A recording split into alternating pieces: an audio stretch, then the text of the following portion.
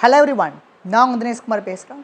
So இந்த வீடியோவில் நம்ம instantaneous speed and instantaneous velocity இது ரெண்டுக்குமான மேத்தமெட்டிக்கல் எக்ஸ்பிரஷன்ஸை நம்ம டெரைவ் பண்ண போகிறோம்.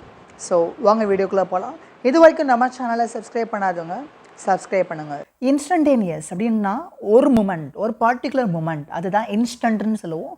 அப்போ instantaneous speed or instantaneous velocity அப்படின்றது அண்ட் ஒரு பாடி மூவ் ஆகிட்டு இருக்கப்போ ஏதோ ஒரு பர்டிகுலர் மூமெண்ட்டில் அது என்ன ஸ்பீடில் மூவ் ஆகிட்டுருக்கு ஆர் என்ன வெலாசிட்டியில் மூவ் ஆகிட்டுருக்கு அப்படின்றத கால்குலேட் பண்ணுறது தான் இன்ஸ்டன்டேனியஸ் ஸ்பீட் ஆர் இன்ஸ்டன்டேனியஸ் வெலாசிட்டின்னு சொல்லிட்டு சொல்லலாம். நவ் இமேஜின் இந்த மாதிரியான ஒரு மோஷன்ஸை கன்சிடர் பண்ணிக்கோங்க. ஓகே, இது எக்ஸ் அண்ட் இது டைம். ஸோ நம்ம ஒய்-ஆக்சிஸில் நான் டிஸ்பிளேஸ்மெண்ட்டை நான் ரெப்ரசன்ட் பண்ணிக்கிட்டேன். ஓகே, இட்ஸ் டிஸ்பிளேஸ்மெண்ட்டுக்கான டெஃபினிஷன்ஸை லாஸ்ட் வீடியோவில் நம்ம பேசியிருந்தோம். ஸோ ஒய்-ஆக்சிஸில் டிஸ்பிளேஸ்மெண்ட்டை ரெப்ரசன்ட் பண்ணிக்கிட்டேன், எக்ஸ்-ஆக்சிஸில் டைமை ரெப்ரசன்ட் பண்ணிக்கிட்டேன். நவ் இமேஜின் இந்த மாதிரியான ஒரு மோஷன்ஸை கன்சிடர் பண்ணிக்கோங்க. ஒரு பாடி இப்படி மூவ் ஆகிட்டுருக்கு, அதாவது 1 செகண்டோட எண்டில். ஓகே, இமேஜின் பண்ணுங்கள், 1 செகண்டோட எண்டில் லெட்ஸ் இமேஜின் அது வந்து ஒரு 1 மீட்டர் மூவ் ஆயிருக்குன்னு வச்சுக்கோங்க. அண்ட் 2 செகண்டோட எண்டில் ஓகே டெஃபினெட்லி இந்த டிஸ்டன்ஸ் வந்து somewhat it should be more, right? So maybe 4 metre move ஆயிருக்குன்னு வச்சுக்கோங்க. அண்ட் 3 செகண்ட் எண்டில் let's imagine it has moved a very large distance like 3 செகண்டோட எண்டில் அண்ட் ஜஸ்ட் இமேஜின் ஒரு 10 மீட்டர் மூவ் ஆயிருக்குன்னு வச்சுக்கோங்க. So it is logically easy to see that. Okay, இந்த மாதிரியான மோஷன்ஸை நம்ம யூனிஃபார்ம் வெலாசிட்டி மோஷன் சொல்லிட்டு சொல்ல முடியாது. ஏன்னா ஈக்குவலான டைம் இன்டர்வலில் பாடி ஈக்குவலான டிஸ்பிளேஸ்மெண்ட்டை மேக் பண்ணலை. அதாவது ஃபஸ்ட்டு 1 செகண்டில் அது 1 மீட்டர் தான் மூவ் ஆயிருக்கு. நெக்ஸ்ட்டு 1 செகண்டில் மட்டும், ரைட், ஜஸ்ட் இமேஜின் நெக்ஸ்ட் 1 செகண்டில் மட்டும் அது 3 மீட்டர் மூவ் ஆயிருக்கு. அண்ட் அதுக்கடுத்த 1 செகண்டில் மட்டும் ஓகே எவ்வளோ தூரம் மூவ் ஆயிருக்குன்னா இட்ஸ் லைக் 6 மீட்டர் மூவ் ஆயிருக்கு. ஸோ அப்போ ஆப்வியஸ்லி இந்த மாதிரியான ஒரு மோஷன்ஸை யூனிஃபார்ம் வெலாசிட்டி மோஷன் சொல்லிட்டு சொல்ல முடியாது. Because uniform velocity motion means equal time இன்டர்வலில் ஒரு பாடி ஈக்குவலான டிஸ்பிளேஸ்மெண்ட்டை மேக் பண்ணணும். அப்படி மேக் பண்ணால் மட்டும்தான் அதை யூனிஃபார்ம் வெலாசிட்டி மோஷன் சொல்ல முடியும். அப்போது டெஃபினட்டாக இந்த மாதிரியான மோஷன்ஸை நம்ம என்னன்னு சொல்லணும்னா ஆக்சலரேட்டட் மோஷன் சொல்லிட்டு சொல்லலாம். Correct? Because velocity is not constant, velocity itself is subjected to the change. அப்போ இது ஆக்சலரேட்டட் மோஷன்ஸ் சொல்லிட்டு நம்ம டிஃபைன் பண்ணிக்கலாம். ஸோ அப்போ இந்த மாதிரியான ஆக்சலரேட்டட் மோஷன்ஸை பொறுத்த வரைக்கும் just imagine wait a minute. Okay, so அப்போ இந்த மாதிரியான ஆக்சலரேட்டட் மோஷன்ஸை பற்றி அனலைஸ் பண்ணணும்னா ஃபர்ஸ்ட் நம்ம ஆவரேஜ் வெலாசிட்டியை டிஃபைன் பண்ணிக்கலாம். ஓகே, ஆவரேஜ் வெலாசிட்டின்றது ஒரு கிவன் டைம் இன்டர்வல்குள்ளே அதோட வெலாசிட்டி வந்து சம்டைம்ஸ், ஃபார் எக்ஸாம்பிள் நீங்கள் இங்கேருந்து மதுரையிலேருந்து சென்னைக்கு போகிறீங்க அப்படின்னா அண்ட் பஸ் வந்து வேரியஸ் ஸ்பீட் பிரேக்கர் வருதுன்னா டிரைவர் பிரேக் பிடிக்கலாம், ஸ்பீட் பிரேக்கர் இல்லாமல் ரோடு ஃப்ரீயாக இருக்குன்னா டிரைவர் ரொம்ப ஃபாஸ்ட்டாகவே வண்டியை ஓட்டலாம். ஸோ அப்போ வேரியஸ் மூமெண்ட்டில் வேரியஸ் வெலாசிட்டியில் வண்டி மூவ் ஆகிட்டு இருந்திருக்கும். ஓகே, ஸோ அப்போ அந்த வண்டியோட வெலாசிட்டின்றது கான்ஸ்டண்ட்டாக இருக்காது, மோஸ்ட்லி வேரி ஆகிட்டே தான் இருந்திருக்கும். Correct? So even then velocity vary ஆகிட்டே இருந்திருந்தாலும் ஓவராலாக நம்ம ஓவரால் ரேபிலிட்டி ஆஃப் த மோஷன்ஸை நம்ம ஆவரேஜ் வெலாசிட்டி அப்படின்ற பராமீட்டர் மூலமாக நம்ம டிஃபைன் பண்ண முடியும். ஃபார் எக்ஸாம்பிள் இந்த கேஸே எடுத்துக்கோங்க. ரைட், 3 செகண்ட் எண்டில் டோட்டலாக 10 மீட்டர் மூவ் ஆயிருக்கு. கரெக்டாக? ஸோ அப்போ average velocity for the whole journey I can write what? So average velocity can be defined as the total displacement, okay, the total displacement by the total time taken. So அப்போ இந்த கேஸை பொறுத்த வரைக்கும் now imagine, so this is going to be my final position, right? So I can say that this is going to be my final position, this is going to be my starting position. So அப்போது எனக்கு நம்ம ப்ரீவியஸாக போட்டிருந்த வீடியோலேயே சொல்லியிருந்தோம் XT graph, அதாவது displacement time கிராஃபில் அந்த கிராஃபுக்கு நீங்கள் ஒரு ஸ்லோப் வரைகிறீங்கன்னா ஓகே அந்த ஸ்லோப்புன்றது it is nothing but average velocity தான். ஓகே, அப்போது நமக்கு இதுதான் starting point, sorry this is the starting point, this is the ending point. So இந்த 2 பாயிண்ட்டையும் நான் இமேஜினரியாக ஒரு லைன் வரைஞ்சி நான் ஜாயின் பண்ணுறேன் அப்படின்னா okay that line may have some certain slope. So ஸ்லோப்புன்றது you know that this angle, right, tan theta. So upper tan theta, the slope of this graph is equal to tan theta is equal to, I can say that opposite side enna rise. I can call that opposite side as rise. Up in the case rise என்றது என்னது, and I can say that xf, which means final x value minus initial x value and by the time taken, the final time value and minus initial time value. You can very clearly see that final x value enna, it's a 10 meter. So 10 minus initial x value, நம்ம அந்த பாடி வந்து ஆரிஜினில் இருந்து start ஆனதா imagine பண்ணிக்கிட்டோம். So அப்போ initially xi equal to 0 and time அது கரெக்டாக 10 metre தூரத்தை அது அடைஞ்சப்போ அப்போ அந்த மொமெண்டில் டைம் என்ன எலாப்ஸ் ஆயிருக்குன்னு பாருங்கள், 3 செகண்ட் எலாப்ஸ் ஆயிருக்கு, starting time 0. So I got what, I got the slope as this. So அப்போ slope of the xt graph is nothing but average velocity, which means I got my average velocity as 10/3 meter by second. Is it possible for you to imagine the whole thing, right? அப்போ average velocity of the whole journey அப்படின்றது it's literally nothing but, இங்கே அப்போ ரைஸ்ன்றது என்னன்னு பாருங்கள், ரைஸ்ன்றது it is nothing but the total displacement, right? This is the starting point, this is the ending point. அப்போ the டோட்டலாக அது அடைஞ்ச டிஸ்டன்ஸ் என்ன பார்த்தீங்கன்னா 10 minus 0 10 அண்ட் அதுக்கான எடுத்துக்கிட்ட டைம் வந்து பார்த்தீங்கன்னா 3 minus 0 3 செகண்ட். So அப்போ the total displacement by the total time, which means rise over the range. Okay, இது ரெண்டோட ரேஷியோஸ் தான், we can call it as a average velocity. Is it possible for you to imagine, right? So அப்போ average velocityன்றது இது overall rapidity of motions பற்றி மட்டும்தான் define பண்ணுது. ஒரு particular இன்ஸ்டண்ட்டில் எனக்கு அந்த வெஹிக்கிள் என்ன ஸ்பீடில் மூவ் ஆகிட்டு இருந்தது ஆர் என்ன வெலாசிட்டியில் மூவ் ஆகிட்டு இருந்தது அப்படின்றத பற்றி அண்ட் இந்த ஆவரேஜ் வெலாசிட்டிலேருந்து we cannot get, right? So அப்போ அதை கெட் பண்ணணும்னா நம்ம என்ன பண்ணலாம் அப்படின்னு பாருங்கள், just imagine. So இதே xt graph one more time I'm drawing it, just imagine. So xt graph and time 1 second elapse ஆனப்போ and body வந்து 1 meter மூவ் ஆயிருக்கு, I can imagine it.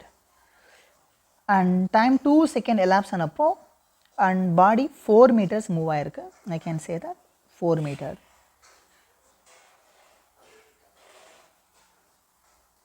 Time 3 seconds ஆனப்போ okay, the body has moved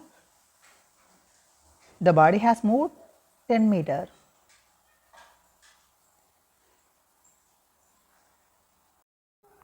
so இந்த எல்லா data பாயிண்ட்ஸையும் நான் இமேஜினரியாக join பண்ணுறேன்னா I'm going to get a curve like this, right? Sorry, I'm going to get a curve like this. அதாவது ஒரு objects வந்து uniform velocity கண்டிஷன்ஸில் move ஆகிட்டு இருக்குன்னா அதோட ஆவரேஜ் வெலாசிட்டியும் இன்ஸ்டன்டேனியஸ் வெலாசிட்டியும் it's going to be the same. But இப்போ இந்த மாதிரியான கேஸை பொறுத்த வரைக்கும் it's not a straight line, it's a curve, right? அப்போ ஒரு கர்வ் பொறுத்த வரைக்கும் நீங்கள் இந்த கர்வுக்கு இந்த இடத்துல நீங்கள் ஒரு ஸ்லோப் நீங்கள் வரைய ட்ரை பண்ணுறீங்கன்னா ஓகே, ஸோ இந்த இடத்துல ஸ்லோப் வந்து it may have some certain angle. But அதே நீங்கள் இந்த இடத்துல நீங்கள் ஸ்லோப் வரைய ட்ரை பண்ணுறீங்கன்னா it may have more angle. So அப்போ ஆட்டோமேட்டிக்லி ஒரு கர்வை பொறுத்த வரைக்கும் we cannot define here the single slope. Okay, it may have the varying slope at each and every points. So அப்போது இங்கே தான் நம்ம ஒரு இம்பார்ட்டண்டான ஒரு ரூல்ஸை யூஸ் பண்ண போகிறோம். It's called as differentiation.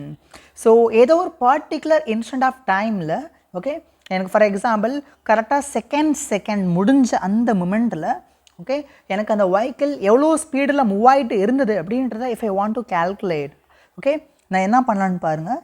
Just imagine exactly 2 second முடிஞ்சப்போ அது 4 மீட்டர் கடந்திருக்கு. ஓகே, நவ் இந்த 2 செகண்டுக்கு வெரி க்ளோஸரான ஒரு செகண்ட் லைக் 2.001 செகண்ட் எடுத்துக்கோங்க. ஓகே, அண்ட் இந்த செகண்டோட எண்டில் அது எவ்வளோ தூரம் மூவ் ஆகிருக்கும் இப்போ அப்படின்னு பார்த்தீங்கன்னா it might have move some 4.01 metre something இந்த மாதிரி மூவ் ஆகியிருந்துருக்கலாம். ஓகே, அதாவது டைம் 2 செகண்ட்ஸில் 4 மீட்டர் இருக்குன்னா 2.001 செகண்டில் மேபி சென்டிமீட்டர்ஸில் தான் அது மூவ் ஆகிருக்கும். Correct, within the time interval.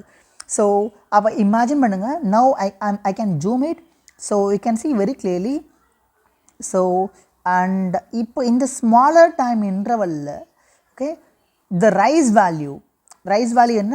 Rice value is 4.01 minus 4. So that's a rise value. And range value என்னன்னு பாருங்க, range value is 2.001 minus 2, which is equal to 0.001. So obviously I got some time interval, right? அதாவது நமக்கு செகண்டில் அது என்ன வெலாசிட்டியில் move ஆகிட்டு இருக்கு அப்படின்றத if I want to calculate செகண்டுக்கு அடுத்தபடியாக ரொம்ப க்ளோஸ்டான ஒரு டைம் இன்டர்வலில் நான் ஒரு சூஸ் பண்ணிக்கிட்டேன். அந்த டைம் இன்டர்வல்குள்ளே அவரேஜ் வெலாசிட்டி என்னன்றதை I am trying to calculate. So அப்போ average velocity in that time interval, okay, in that smaller time interval is equal to rise over the range, which means slope ன்னு சொல்லுவோம் average velocity. So இப்போ slope is equal to rise over the range. So அப்போ இந்த case ரைஸ்ன்றது என்னதுங்க 4.01 minus 4 and range என்ன 2.001 minus 2. So I got like a 0.01 by 0.001. So literally I got what? So இது ரெண்டு நான் டிவைட் பண்ணுறேன் அப்படின்னா what I may have, so I can write the same as 1 into 10 to the power minus 2 எழுதிக்கலாம்.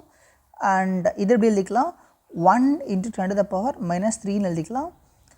So literally I got what? I got 10.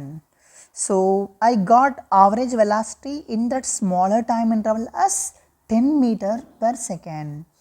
So இந்த average velocity ன்றது literally 2 செகண்டுக்கும் 2.001 செகண்டுக்கும் இடையில அந்த டைம் இன்டர்வலில் அது ஆவரேஜாக இந்த வெலாசிட்டியில் மூவ் ஆகிருக்கு அப்படின்றத நம்மளால் புரிஞ்சுக்க முடியுது.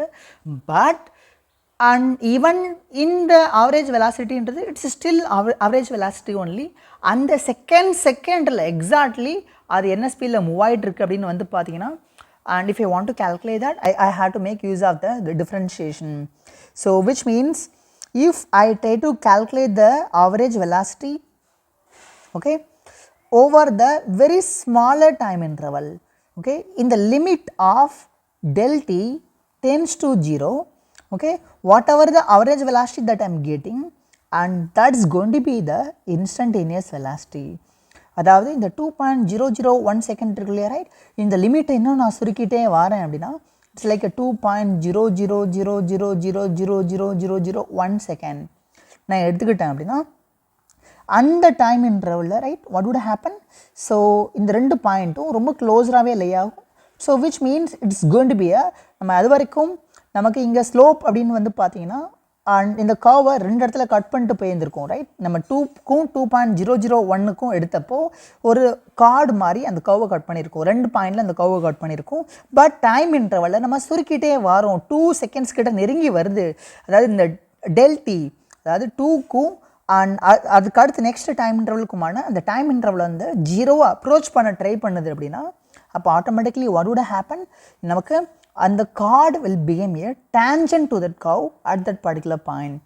So which means இந்த ரெண்டு டைம் இன்டர்வலும் நெருங்கி வந்த பின்னாடி, so what I may have a tangent instead of a chord, which means tangentக்கான physical meaning உங்களுக்கு தெரியும்னு நினைக்கிறேன். ஒரு கர்வை ஒரே ஒரு பாயிண்டில் மட்டும் டச் பண்ணிட்டு போகக்கூடிய ஒரு ஸ்ட்ரெயிட் லைனை தான் we can call it as a tangent.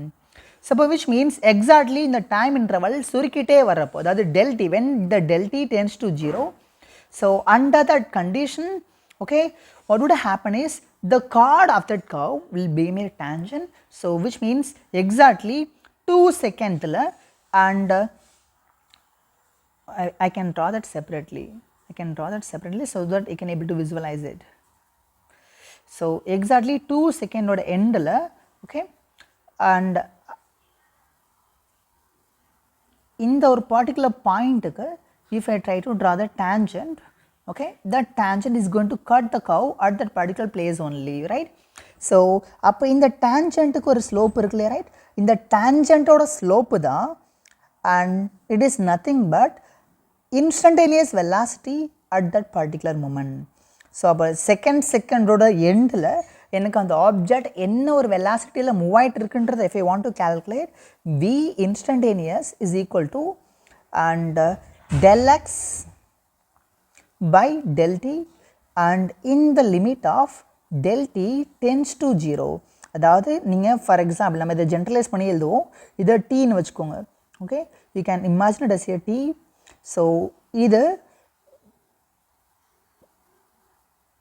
t plus del t ன்னு வச்சுக்கோங்க.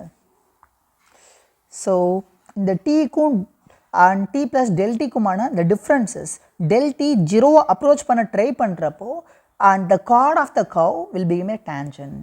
So அப்போ obviously இந்த tangent இதோட slope you can able to calculate easily. So அப்போது நமக்கு ஏதோ ஒரு பர்டிகுலர் மூமெண்ட்டில் உங்களுக்கு இன்ஸ்டன்டேனியஸ் வெலாசிட்டி வேணும்னா லிட்டரலி அந்த டைம் இன்டர்வலில் நீங்கள் அந்த கர்வை கட் பண்ணுற மாதிரி ஒரு வெர்டிக்கல் லைன் வரீங்க. ஸோ அது அந்த கிராஃபை எங்கேயோ ஒரு இடத்துல கட் பண்ணும். At that particular point you just try to draw the tangent to that curve and அந்த டேஞ்சன்ட்டோட ஸ்லோப்பு தான் instantaneous velocity. I can define in that following manner. I hope that you can able to understand the whole thing, right?